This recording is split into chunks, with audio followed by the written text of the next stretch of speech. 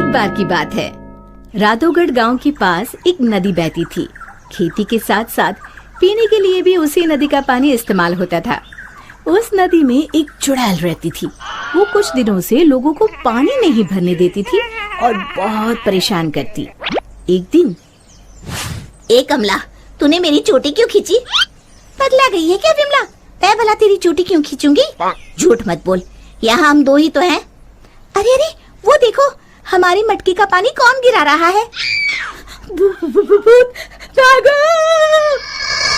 रास्ते में उन्हें भुवन मिला, जो बैलों को पानी पिलाने नदी लेकर जा रहा था। क्या हुआ? इस तरह क्यों भाग रही हो जैसे भूत पीछे पड़ गया हो? हाँ दादा, भूत ही है नदी पर, सच में। भक, मैं ही मिला चुहल करने के लिए। दरन हो गई जिनैया मैं कैसी करूं।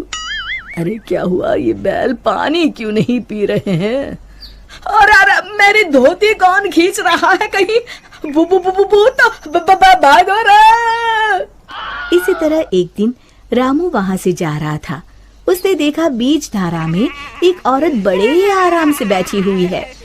ए, तुम वहाँ क्यों बैठी हो? अरे बाहर आ जाओ, मरना है क्या? उसने पलटकर आदमी की तरफ देखा और फिर जोर से हंसी। तुझे मारना है कहकर हाथ बढ़ाना शुरू किया। वो तेजी से गिरते पड़ते गांव की तरफ भागा और गांव आकर लोगों को बताया। हाँ, उस दिन मेरे बैलों को पानी भी नहीं पीने दिया उस चुड़ैल ने। हमारी मटकी का पानी गिरा दिया था। लगता है हमें ये गांव छोड़ना ही होगा।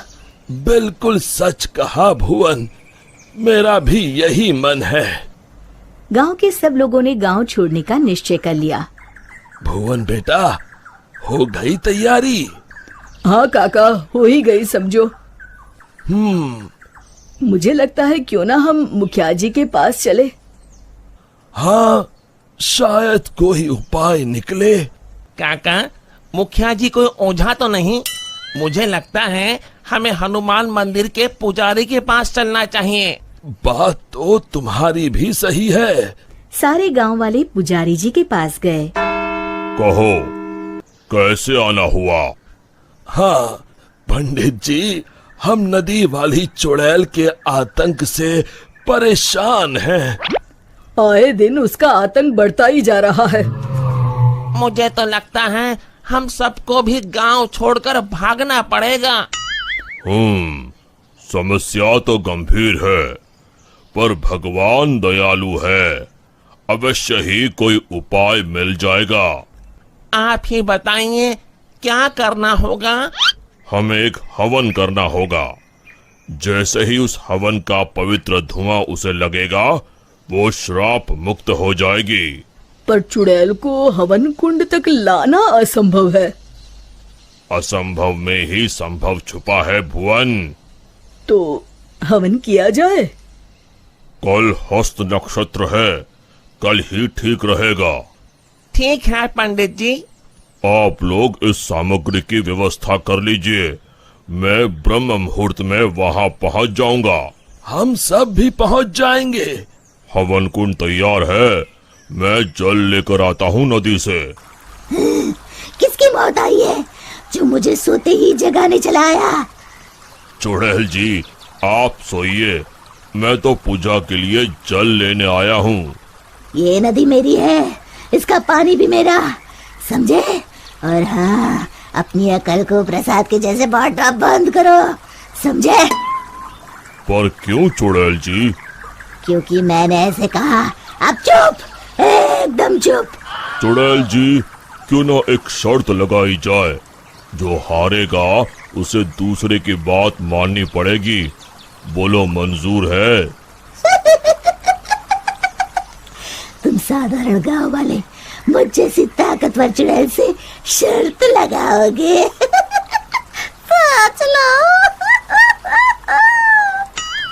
चुड़ैल जी, पहले शर्त सुन तो लो।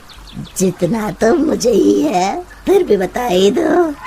अभी हम यहाँ नदी पर हवन पूजन कर रहे हैं, आपको उसमें आना होगा। उसके बाद हम सब गांव छोड़कर चले जाएंगे। और नहीं आई तो ऐसे ही रोज तुम्हारी नींद में खलल डालेंगे। ठीक है, पर मेरी एक शर्त है, मुझे कोई मंत्र सुनाई नहीं देना चाहिए। मैं पूजा में भाग नहीं लूंगी। ठीक है चुड़ैल जी, आप बस वहाँ बैठिएगा।